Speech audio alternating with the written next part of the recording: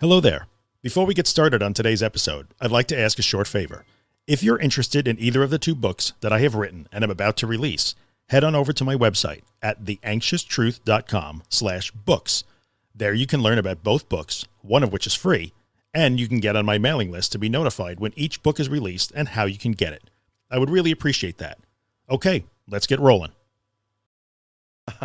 Hey, what's up, guys? Drew here, thatanxietyguy.com. Back again with Monique Coven, all the way from Canada. This is the second one in a row, you and me. I know. I just love talking with you. It's so much fun. Yeah, it is.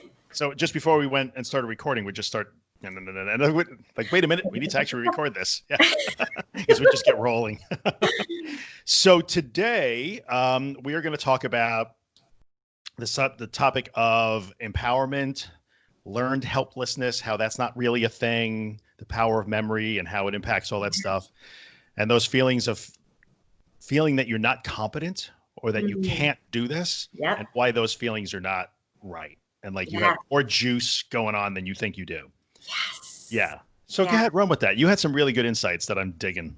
Well, yeah, because I lived most of my life really believing that I was completely powerless, that I was stuck, that somebody would have to help me. And I didn't realize, kind of like all the stuff that was going on in the background, which was really my memory. Because, the repetitive nature of trauma, I came from a really traumatic background where I always was in panic. I was in the fight and flight, and I was in the, the adrenaline going, and I need to get out, but there's nowhere to go. And so, that memory, which happened over and over and over again, it becomes conditioned. Okay. And, we start to believe that that's who we are. And it reminded me of, when you, if you're a child or an adult and you touch the stove and you burn your finger. Did that.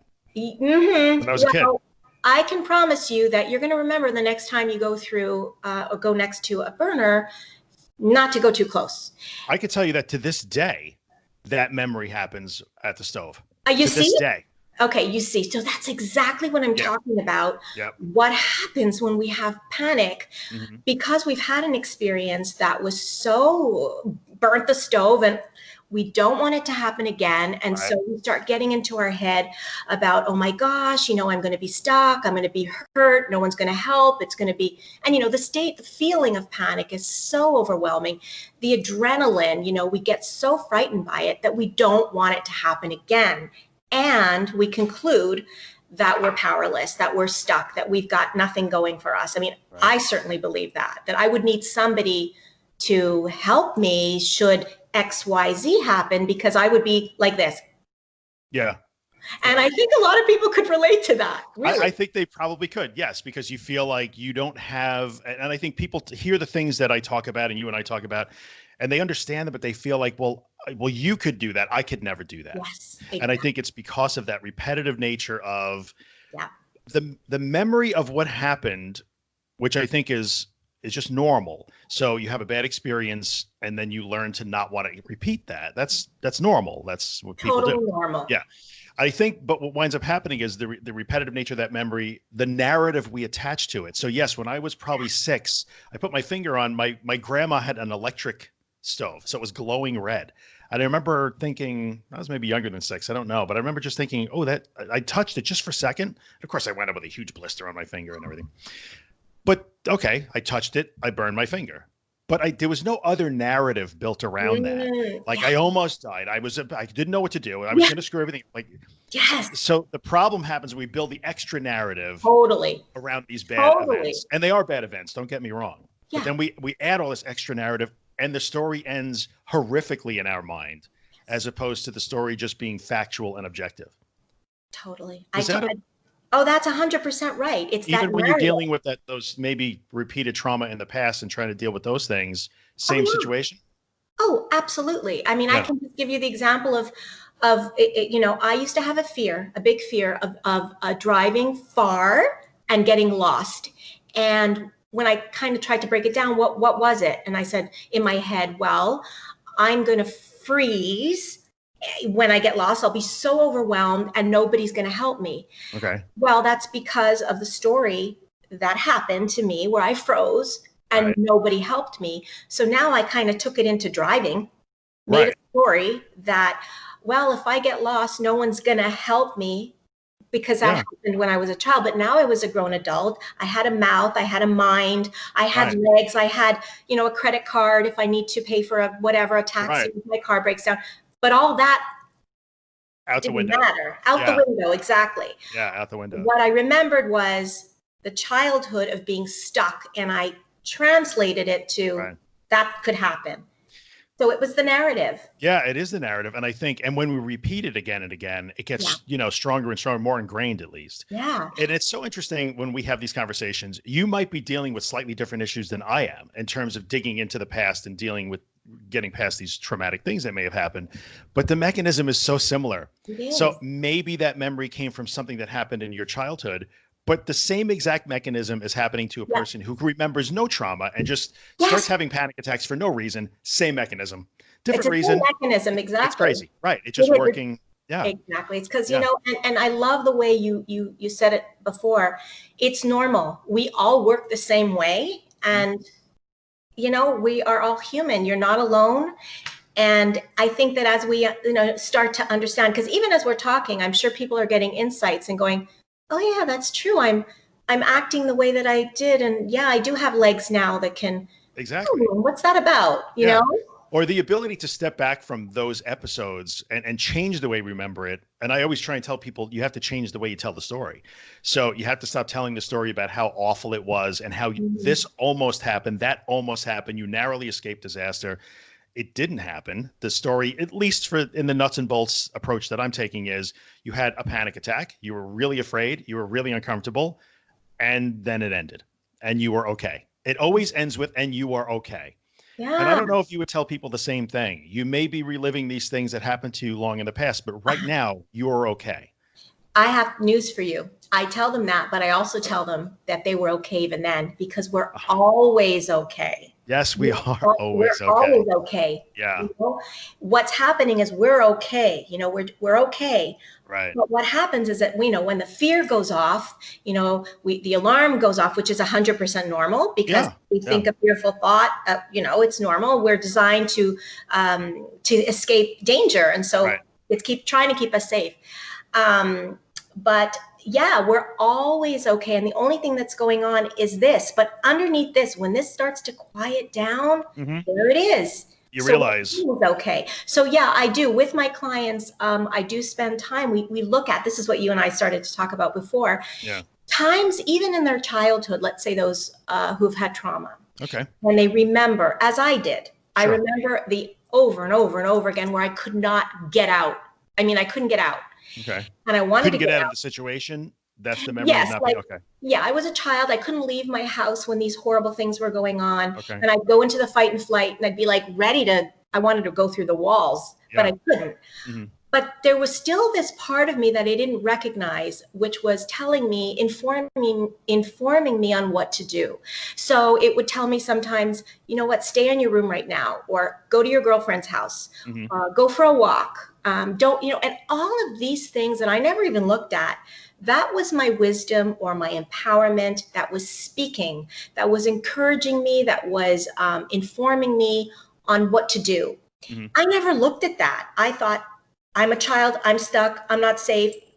But I didn't see that there was also this other part, this wisdom that was informing me. It was also the part that was looking at what was going on and going, oh my gosh, this is insanity. And even understanding that some of the behavior that was going on by the adults was like, what is that? That's the resilience that's been with us since we're children, and it's with us now. But often we don't hear it because we're so caught up in, oh my gosh, and this might happen and that might happen. But when it starts to quiet down, sometimes that we can hear that voice of wisdom. We were talking about that on the highway. Yes. You know how we were saying if someone gets panicked, there's that voice that says, why don't you pull over to the side? Right, exactly.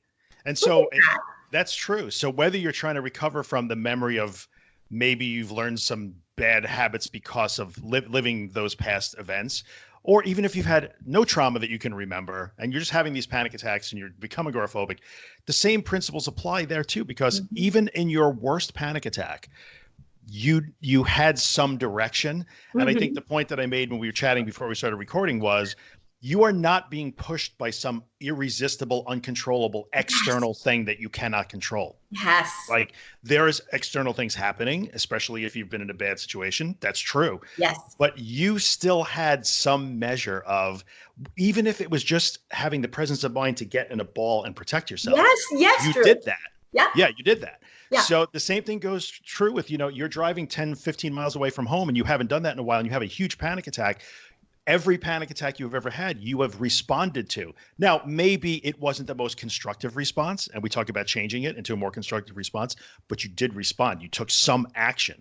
Maybe it wasn't the right or the best action, but you took action. You had the ability to do it. Yeah, and that's what we want to talk about. Even though as a child I went into panic, I didn't have a name for it. I didn't know what it was, but I do know as an adult, I had one panic attack when I first got married. One. Okay. Yeah. And you just reminded me as you were talking, because I had just got married. We was with a whole bunch of friends, and we got tickets to a baseball game, and it was on the highest seat. Nosebleed seats. So as I'm walking, all of a sudden I start hyperventilating out of the blue, sweating, and I'm crying. But guess what's happening? My feet are going down the stairs. Right. And I'm like, I'm not even, my mind's somewhere else, but my feet are going down. Well, what is that? Again, that's the wisdom that's informing us to go down. You'll feel better. You'll feel much better when you go down, to a lower seat. Yep. Yeah. And I think it's the same mechanism that would protect you from, heaven forbid, let's say you're way up the top of that stadium and a lightning storm shows up. Well, that's real danger. You would walk down into the interior part of the stadium and go to safety. That's actual danger that requires a response. It's the same exact mechanism, except in cases that we're talking about, it might get triggered inappropriately or the wrong time, but there's still a measure of power and control in that. Yes. Yeah. So, yes. And I like that because people with anxiety or PTSD related anxiety believe that they are stuck. Like I said, I thought I was. I thought I would be frozen like a mannequin and couldn't move.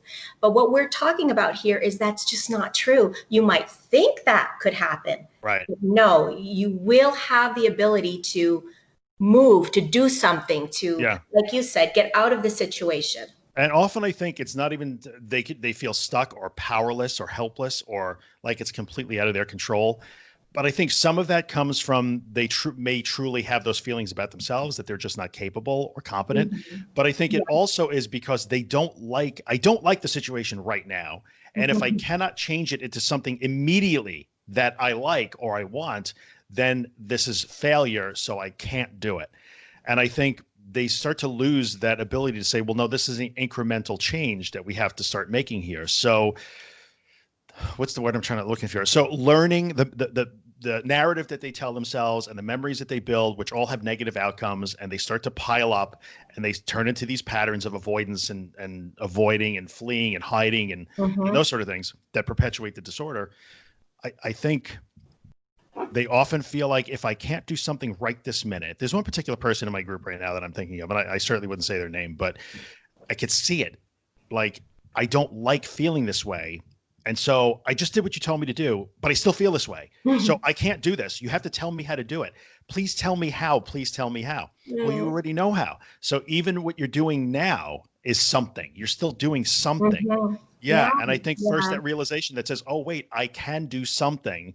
Maybe I've just been pointed in the wrong direction, but I have the ability, if I just turn in this direction, I can move. Yeah. And, and also, I don't know who that person is, but, understanding too, that those sensations, as uncomfortable as they are, they're temporary. They're going to move through you. If you don't resist them, they're going to move through you. Right. It's that same sensation. We know some people love skydiving or going on a roller coaster. It's the same adrenaline. It's just that we've labeled that's fun. That same feeling. We're like, this I don't like. Yes. It's so interesting because I had a conversation with Leslie Gustafson. She's a marriage counselor and a sex therapist. And we talked about how, like when you're being intimate with your partner, the same sensations, the same bodily sensations, the same, all of these things, as sometimes in a panic attack. Now, why is it good then, bad other times? So same situation. That's interesting. I never thought of that. Yeah, it's actually a topic that comes up sometimes in this area. Like, oh, I'm afraid to do that because it feels like a panic attack. Yes, it does. But then other times you're having a good time. Like, why can you feel that way and like it, or feel that way and hate it? Yeah, it's interesting. It's like the labels that we put on it. A little bit. And I wish, if I knew the answer to this, I wouldn't have to do a podcast. Everybody would just not have this problem. But why is it that some people go through terrible traumatic events in their past and never develop that chronic PTSD over it? Some people have a panic attack once every 6 months and never develop the disorder. The difference seems to be the narrative that they build around it. Some people are more likely to say, this was an event, it's over, I'm done with it. And they don't worry about the next one. They don't overanalyze it. They don't build a story around it. I wish I knew why some people do and some people don't. I wish I knew. I'm very fortunate that I have one of my best friends. She, and we traveled together. She's been my best friend for like 30 years. So seen her in all kinds of experiences, and she sees the glass always full. Like, she's just positive, period, no matter what happens. And I've asked her stuff, and I'll give you a good example. This makes me laugh. I don't know. We were in Hawaii. We were in Maui. And she got a call. Her daughter just gave birth, was up all night with trouble with feeding the infant. And so she's talking to her. She gets off the phone, and then she goes, okay, what are we going to do now? And I looked at her and I said, well, aren't you going to worry about it now? Like, we got to keep thinking about it. That's the mentality of, someone who's, she's like, you deal with what comes up, and then that's it. And it's not that she doesn't get thoughts or even a fearful thought. It's that she doesn't engage and take it seriously. Where we're like, and then we start thinking and trying to figure it out, and creating a narrative around it. And what I find even more fascinating, I'll just use myself as an example, is I've always been like your friend, but I had a period of my life where I wound up in the other side, where I did do that thing where I reacted, and I built a narrative, and I started avoiding and running and hiding, and I got into a bad place. So how could I have started one way, went through a period in another way, and then completely left that behind again? And same situation. So if I had a swinging panic attack right now, it'll be over in 10 minutes, and I couldn't be less interested. How does that happen? I wish I knew. Well, I don't know, but I'll ask you a question. So you tell us and the audience, why now, if it happens, a panic attack, you couldn't give two hoots? Why? I'm not interested in the least. Why? Well, honestly, because I spent the time teaching myself that is nothing to be afraid of. So just letting it come and kill me, and when it doesn't, after the couple of times that it doesn't kill you, then it's like, oh, this is ridiculous. Then, like, it's you find that the fear is real, but the reason is not, and like I don't know. Then the light bulb goes on and says, oh, I don't have to be afraid of that anymore. I don't like it. I don't want to have a panic attack right now. But if I did, it'd just be like stubbing my toe or, whatever. But it's weird. And so the feelings of competency that come along with that too. And I think what I try and tell people all the time is the first couple of times you do that, then I'm sure that your clients go through the same thing. The first couple of times that they really confront all that stuff and just let it be there without engaging in all their safety and like masking and running and hiding behaviors, whether it's emotional or physical, you get that superhero rush of like, oh, I am bulletproof here. Like, yes. And suddenly it's like, that's it. This war is over. I just have to mop up now. So it's very exciting. Yeah. It's exciting. But I always say this, that anxiety is not something that you're ever going to get rid of. Right. I'm not talking about the chronic thing. I'm talking I understand. About, because it's like any other feel. And so you can still get caught up in fearful thinking, but just knowing that that's what it is. Yeah. And then you can kind of let it go, and it moves through. Yeah. And I think, again, to just bring it back to that beginning thing of that learned helplessness is not true, is actually empowerment. There's empowerment in every part of your experience, and like control and power in every part of the experience, even the darkest ones, you still have power.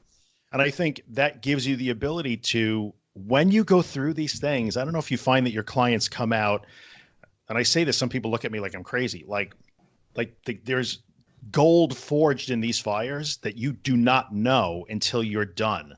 Yeah. And maybe we're never done. You could make that philosophical argument. It's a journey that keeps going. But the skills that you learn and the competency that you build in confronting these things and getting past them and dealing constructively with whether it's your anxiety disorder or PTSD, I mean, you come out on the other side with just at such an elevated level. It is. Hopefully you're seeing that with your people, you know? I am. And I use myself too as an example because as I said before, I used to have a fear of getting lost. And, years and years ago, maybe 20 years ago, I was so afraid that I missed my best friend's funeral because no one would come with me. And now, after doing it a few times and, becoming more competent, I drove like 10 hours away to attend conference.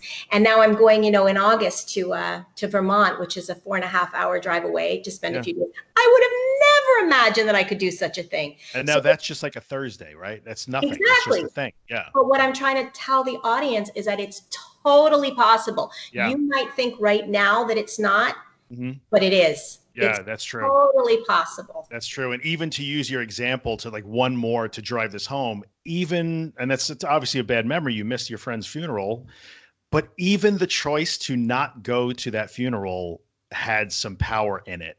Like you thought there was some danger. You may have been incorrect, but you consciously made a choice to keep yourself safe. Yes. And so therefore you can consciously make a choice to change that behavior and move forward. So you always have there's always some measure of power, always. You're never completely out of control.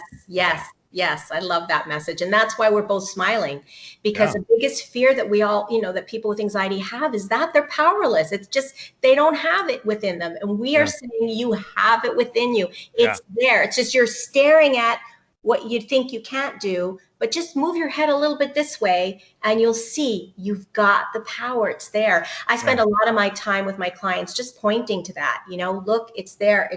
And they're like, you see their smile as they start to really embody that. So great. Yeah. So great. So what else we got? I think we're doing okay here. 20 minutes. We're not like rambling. It's all good. People can digest it. It's all good. Anything else you want to throw out there? I'm excited about your book.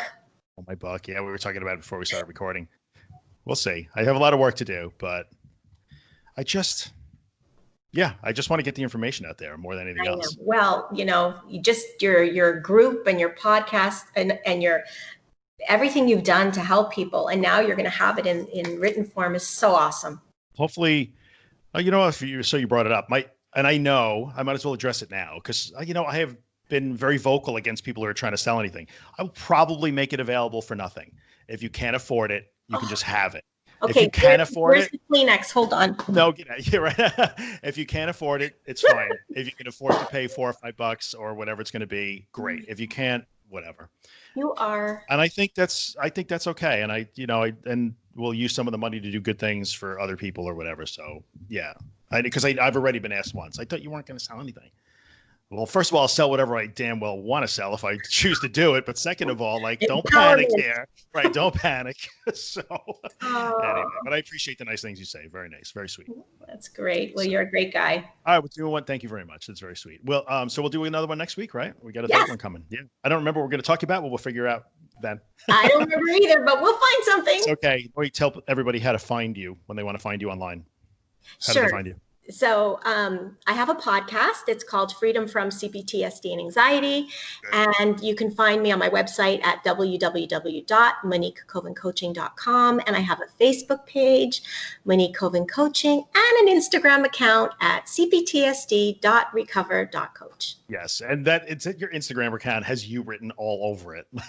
I always get a kick out of it. It's like, oh yeah, like it's you just come shining through and everything you put there. So it's really cool. Thank you. Oh, you write all those, I'm guessing. You don't have somebody doing that for you. When you say write, what do you mean? Like you do all that stuff. Yeah. I don't have anybody to write anything. Yeah, I know you don't have a whole team of people, but no, it's so reflective of your like positive personality. It's awesome. Thank you. I do. Thank you. I will put links whether you're listening or and by the way, almost 2,000 people have listened so far to our last one. 2,000 times. I moved the podcast to Anchor where you are, And I looked at the stats. I'm like, holy crap, I had no idea how many people were listening to these things. That's so cool. Yeah, 2,000 listens on the last one. So it's really cool. That's huge. Yeah. Amazing, right? I would have never thought. But whether you're listening or if you're watching on YouTube, I'll put a link to Monique's stuff. So thank you. All right, guys. Thanks for coming by. I'll see you next week, Monique. Bye. Bye. Got to stop the recording. Awkward moment.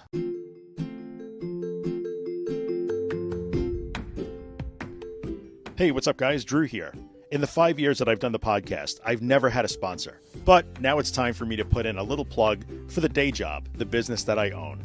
And that business is managed WordPress hosting. So if you have a website and it runs WordPress, and you'd like WordPress hosting that makes WordPress faster, more secure, and way easier than you ever imagined it would be, then check out Helix. You can find us online at iamhelix.com. That's IAMHELIX.com.